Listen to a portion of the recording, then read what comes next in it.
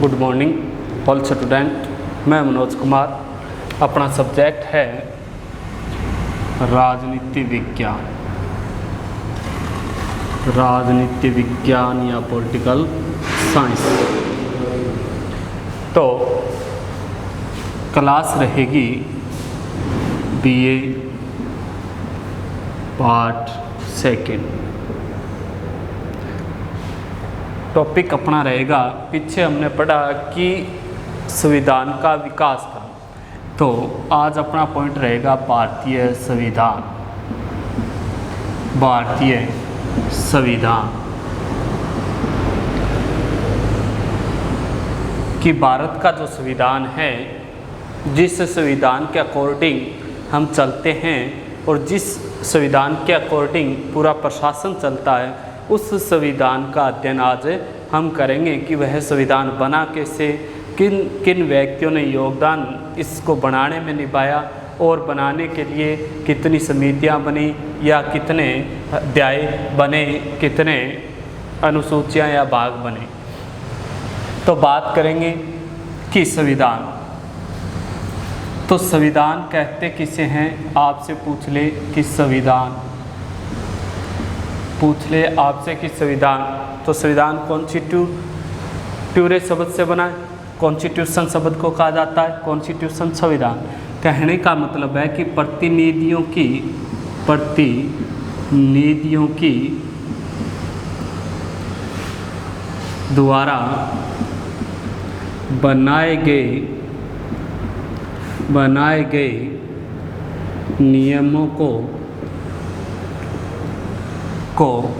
संविधान कहते हैं। संविधान कहते हैं। या प्रतिनिधियों की संख्या को संविधान सभा कहा जाता है।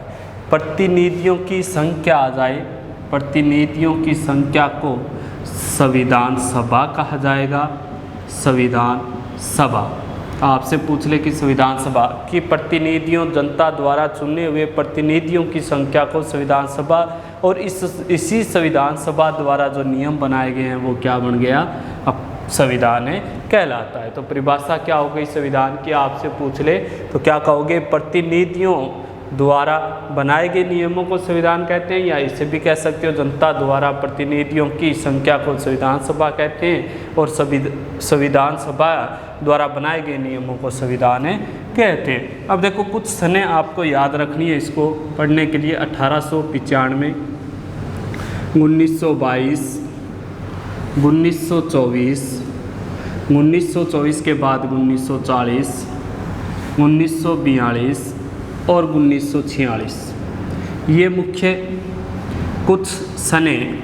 1895 में एक विद्वान होता है भारत का, या क्रांतिकारी होता है बाल गंगाधर तिलक। बाल गंगाधर तिलक। अब पूछ ले कि बाल गंगाधर तिलक जो व्यक्ति हुआ था, इस व्यक्ति ने एक स्वराज्य विधेयक, तो स्वराज्य विधेयक में सबसे पहले संविधान की मांग करने वाला कौन सा व्यक्ति था, कि संविधान की मांग की कि भारत का एक संविधान होना चाहिए। ये सबसे पहले किस व्यक्ति ने कहा था, बाल गंगाधर तिलक ने कहा था। कब कहा था, 1895 में कहा था। 1922 में महात्मा गांधी, कौन भाई, महात्मा गांधी। महात्मा गांधी क्या कहते हैं कि भारतीय संविधान भारतीय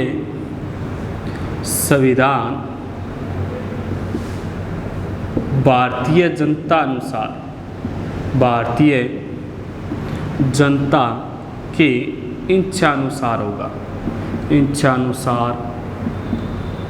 होगा, कि जो भारतीय संविधान है वो कौन बनाएगी, भारतीय जनता बनाएगी, और उसी के अनुसार भारत का संविधान बनेगा। ये कथन किसने कहा, महात्मा गांधी ने। 1924 में पूछ ले तो कहोगे पंडित जवाहरलाल नेहरू।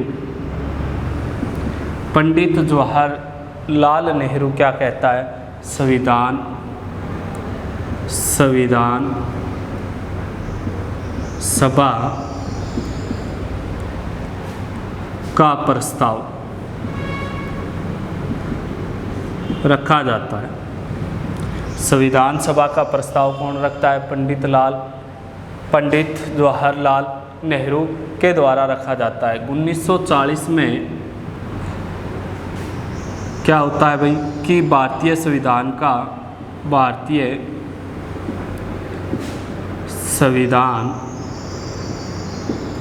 का निर्माण को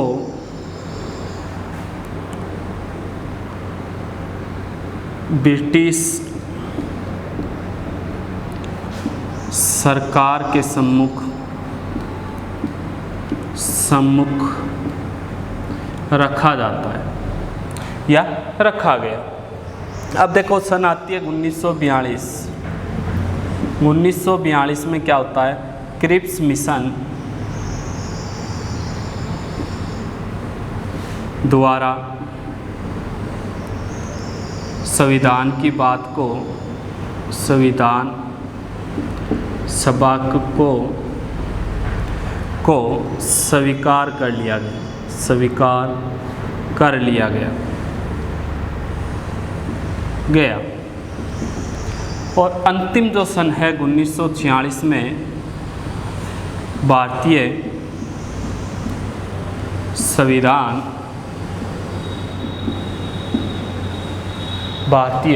संविधान का निर्माण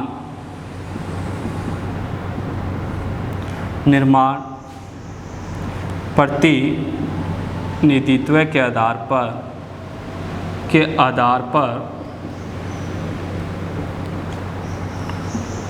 स्वीकार किया गया। अब देखो हम पढ़ रहे थे कि भारतीय संविधान, तो भारतीय संविधान कहते किसे हैं या संविधान कहते किसे हैं कि जनता द्वारा जितने भी प्रतिनिधि चुने गए थे उन प्रतिनिधियों के माध्यम से जो भी नियम बनाए गए थे वो क्या बन गए थे? संविधान बन गया। संविधान बनाने के लिए 1895 में बाल गंगाधर तिलक हुआ था, स्वराज्य विधेयक लिखा था। उसमें क्या कहता है बाल गंगाधर तिलक कि संविधान की मांग करता है। यही जो व्यक्ति था, पहला व्यक्ति पूछ ले कौन सा था? बाल गंगाधर तिलक था। इसी ने कहा था कि भारत का एक अलग से संविधान होना चाहिए, हम संविधान बनाएंगे। ये किसने कहा था? बाल गंगाधर तिलक ने कहा था। 1922 में महात्मा गांधी कहते हैं कि भारत का संविधान बनेगा, लेकिन वो भारतीय जनता की इच्छा अनुसार बनेगा। कहने का मतलब भारतीय लोग बनाएंगे उसे, न कि ब्रिटिश सरकार बनाएगी। 1924 में पंडित जवाहरलाल नेहरू संविधान सभा का प्रस्ताव रखता है कि प्रस्ताव ब्रिटिश सरकार के सम्मुख रखता है कि क्या होना चाहिए कि भारत का एक संविधान सभा होनी चाहिए और वो खुद अपना संविधान बनाए। 1940 में क्या होता है भी भारतीय संविधान के निर्माण की मांग और तेज गति से बढ़ जाती है और ब्रिटिश सरकार के सामने रखी जाती है कि भारत का संविधान होना चाहिए। फिर 1942 में क्या होता है कि क्रिप्स मिशन द्वारा संविधान सभा की जो मांग चल रही थी भारतीय संविधान बनाने की कि भारतीय लोगों द्वारा बनाया जाएगा, उस बात को स्वीकार करे लिया गया।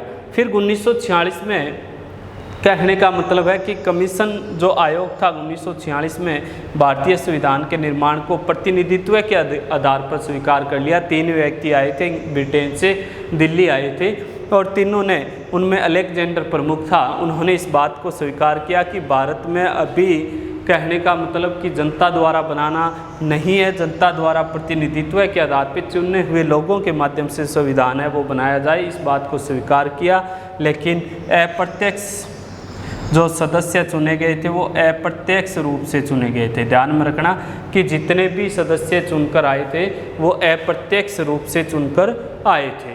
तो ये भारतीय संविधान की बनाने की पहले की जो प्रक्रिया है कि किन किन लोगों ने अहम योगदान दिया था, इसमें निभाया था। अब देखो भारतीय संविधान, भारत 1947 में आज़ाद हो गया तो भारतीय संविधान है 1946 में संविधान सभा का निर्माण होने लग गया और इसका कार्य है वो प्रारंभ होने लग गया था।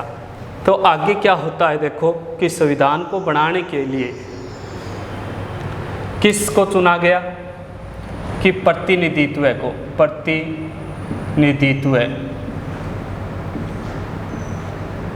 जनता का प्रतिनिधित्व चुना गया। और प्रतिनिधित्व प्रणाली आधार पूछ ले कि बनाने का आधार क्या था, कि भारतीय संविधान बनाने का आधार था कि जनता का प्रतिनिधित्व है। जनता का प्रतिनिधित्व होगा 10 लाख व्यक्तियों पर एक प्रतिनिधि है वो संविधान सभा में जाना था, कि 10 लाख लोगों पर चुनकर एक व्यक्ति है वो संविधान सभा का सदस्य बनना था, और वही एक व्यक्ति आगे चलकर प्रतिनिधित्व करने वाला था। दूसरा कि इसमें मुस्लिम 79, इसके अलावा सिख 4, कि सिख के 4 व्यक्ति होने थे। इसके अलावा पूछ ले ईसाई 1, कि पहला तो प्रतिनिधित्व है कि जनता द्वारा चुना हुआ प्रतिनिधित्व था 10 लाख लोगों पे एक व्यक्ति, फिर मुस्लिम 79, सिख 4 और ईसाई 1 व्यक्ति भाग लेना था। तो इस आधार पे जो भारतीय संविधान के प्रतिनिधित्व की संख्या जो निर्धारित हुई थी, प्रतिनिधित्व की संख्या कितनी हो गई भाई, कि इस आधार पे भारतीय संविधान को बनाने के लिए जो प्रतिनिधित्व की संख्या बनाई गई थी कि कितने प्रतिनिधि हैं वो शामिल होंगे इस संविधान को बनाने में, कितने व्यक्ति भाग लेंगे, वो बात चल रही है। तो 379 व्यक्तियों को, कितने व्यक्तियों को, 379 व्यक्तियों को सम्मिलित किया गया था। कितने व्यक्तियों को, 379 व्यक्तियों को सम्मिलित किया गया था। इनमें से 379 में से पूछ ले आपसे कि जो 379 व्यक्ति थे वो जनसंख्या के प्रतिनिधित्व के आधार पे तो 93 देशी रियासतों से कितने आने थे भाई, रियासतों से 93, कि जितनी भी भारत की देशी रियासतें थी, कहने का मतलब वे रियासतें जो अपने को स्वतंत्र थी, वहाँ पे राजाओं का शासन था और शासक राजाओं के माध्यम से होता था। वहाँ से 93 व्यक्तियों को चुना गया। कितने व्यक्ति आने थे, 93। 4 जो व्यक्ति हैं इनमें से 4 चीफ कमिश्नर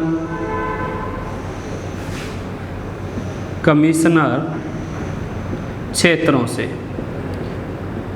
कि जहाँ जो वो बड़े क्षेत्र थे जहाँ से अंग्रेज़ों द्वारा शासन को संचालित किया जा रहा था, वहाँ से कितने प्रतिनिधि आने थे, 379 में से 4, 93 देशी रियासतों से, बाकी 4 चीफ कमिश्नर से, और जो रह गए वो प्रतिनिधित्व प्रणाली के आधार पे।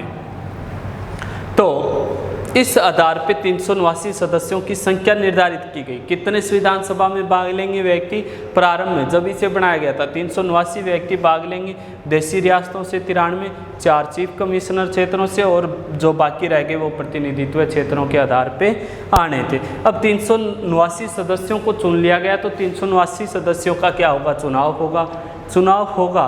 तो आपसे पूछा जाता है कि चुनाव में देखो कि कौन कौन सी पार्टियां भाग लेगी। पहली जो पार्टी है वो मुख्य तौर पे उस दौरान 1885 में किसकी स्थापना हुई थी, कांग्रेस की स्थापना हो गई। कांग्रेस। दूसरी जो चुनाव लड़ेगी वो मुख्य पार्टी थी उस दौरान मुस्लिम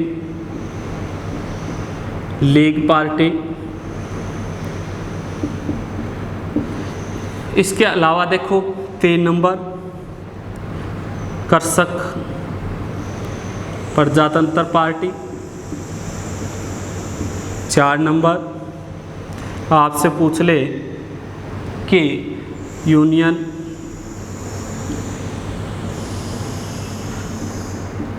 schedule party. 5 number Congress union schedule party. 6 number आपसे पूछ ले कि आगे वाली कौन सी थी, तो कहोगे शेड्यूल पार्टी। 7 नंबर आपसे पूछ ले तो कहोगे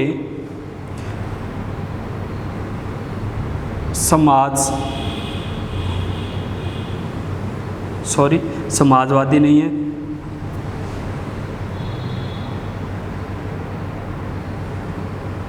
निर्दलीय, और 8 नंबर अन्य दल।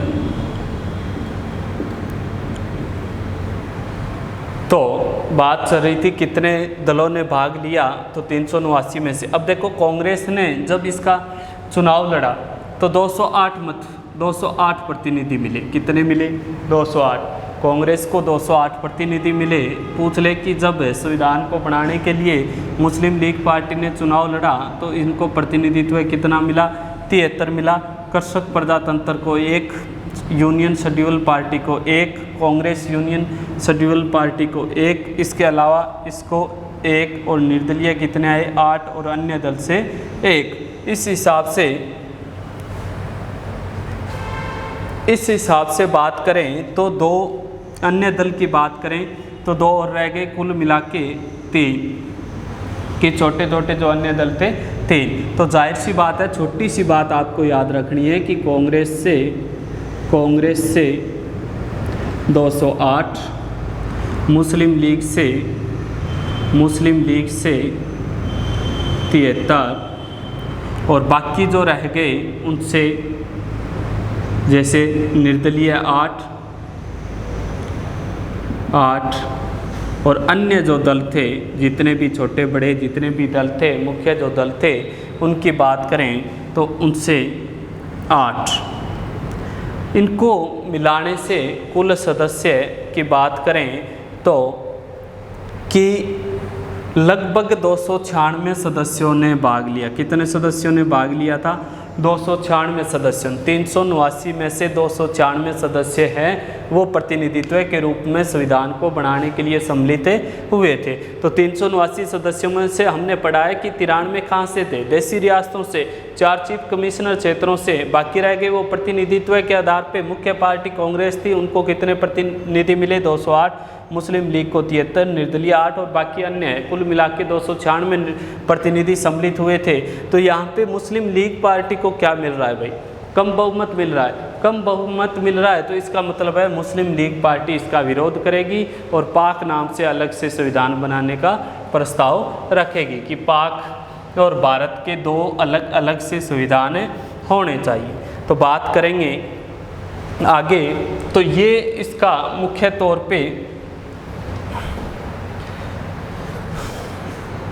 तौर पे चलने वाला दौर था। अब देखो कि संविधान सभा का निर्माण हो जाता है। संविधान सभा का निर्माण होने के बाद 3 बातें सामने आई थी। कितनी बातें? 3। पहली,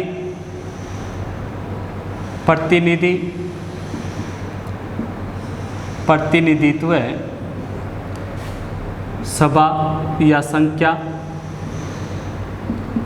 दूसरी, मुस्लिम लीग का विरोध या अलग से संविधान बनाना। और तीसरी, जो देसी रियासतों के प्रतिनिधि थे, देसी रियासतों के प्रतिनिधि।